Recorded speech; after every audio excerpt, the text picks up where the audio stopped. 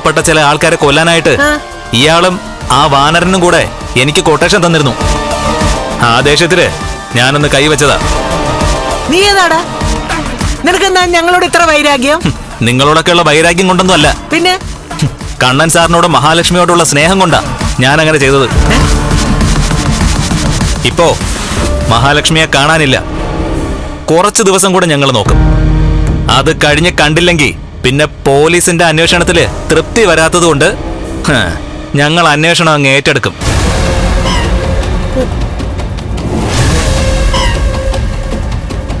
ഇപ്പൊ നല്ല സുഖമുണ്ടെന്നല്ലേ പറഞ്ഞത്? ഊട്ടിയിൽ തണുപ്പ് പോലെ. സാരമില്ല, ചികിത്സയൊക്കെ കഴിഞ്ഞ് എല്ലാം ഒന്ന് സെറ്റ് ആവട്ടെ. അത് കഴിഞ്ഞിട്ട് ഞാൻ എല്ലിന്റെ എണ്ണ എടുക്കാം. മൂത്ത് നരച്ചതുകൊണ്ടാ ഞാൻ തിരിച്ചൊന്നും പറയാത്തത്. എന്റെ അമ്മൂമ്മയേക്കാൾ പ്രായമുള്ളതുകൊണ്ടാ നിങ്ങളെ ഞാൻ കൈവയ്ക്കാത്തത് എന്ന് കരുതി കൂടുതൽ സംസാരമൊന്നും വേണ്ട. സംസാരിച്ച നിങ്ങളുടെ മുമ്പിലിട്ട് ഈ അസുരനെ ഇടിച്ച് പിടിയും ഞാൻ. കാണണോ നിങ്ങൾക്ക്? വേണ്ട വേണ്ട. അയ്യോ വേണ്ട മാർക്കോ മോനെ. താനെന്നെ മോനെ കീനെന്നൊന്നും വിളിക്കണ്ട. ഒരു മോൻ. ഈ ലോകത്ത് മഹാലക്ഷ്മിയെ പോലെ പാവപ്പെട്ട പെൺകുട്ടി ഇല്ല. ആ പാവത്തിനെ കൊന്ന് കത്തിച്ച് കളഞ്ഞെങ്കിലേ തന്നെ ഞാൻ ജീവനോടെ കത്തിക്കും, കേട്ടല്ലോ? തന്നെ മാത്രമല്ല, അതിന് കാരണക്കാരായ എല്ലാവരെയും. എന്റെ മാർക്കോ മോനെ, സോറി മാർക്കോ, ഞങ്ങൾക്ക് അതിനെപ്പറ്റി ഒന്നും അറിയത്തില്ല. ഇവിടെ കിടന്ന് ചികിത്സിക്കാൻ വേണ്ടി മാത്രമല്ല, കണ്ണനെ കണ്ട് സമാധാനിപ്പിക്കാൻ കൂടിയാ ഞങ്ങൾ രണ്ടുകൂടെ ഇങ്ങോട്ട് വന്നേ. അപ്പോ കണ്ണനും പറയാ മഹാലക്ഷ്മിയെ കാണാത്തതിന്റെ പിന്നിൽ ഞങ്ങളാണെന്ന്. അവൾ ആരുടെ കൂടെ ഒളിച്ചോടി പോയതാ മാക്രോ? മിണ്ടരുത്. ചിലപ്പോ അങ്ങനെ ഒളിച്ചോടി പോവും.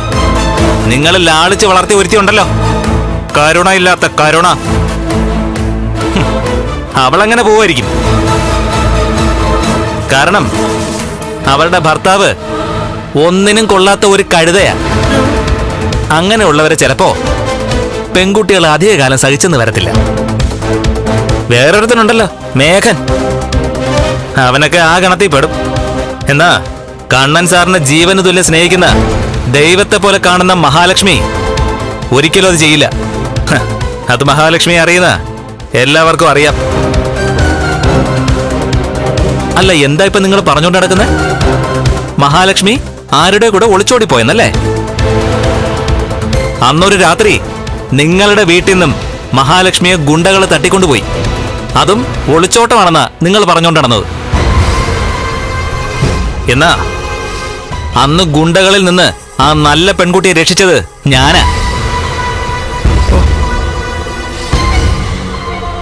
കൃത്യസമയത്ത് ഞാൻ എത്തിയില്ലായിരുന്നെങ്കിൽ അന്ന് താൻ കൊട്ടേഷൻ കൊടുത്ത ഗുണ്ടകള് മഹാലക്ഷ്മിയെ കൊത്തി വലിച്ചേനെ.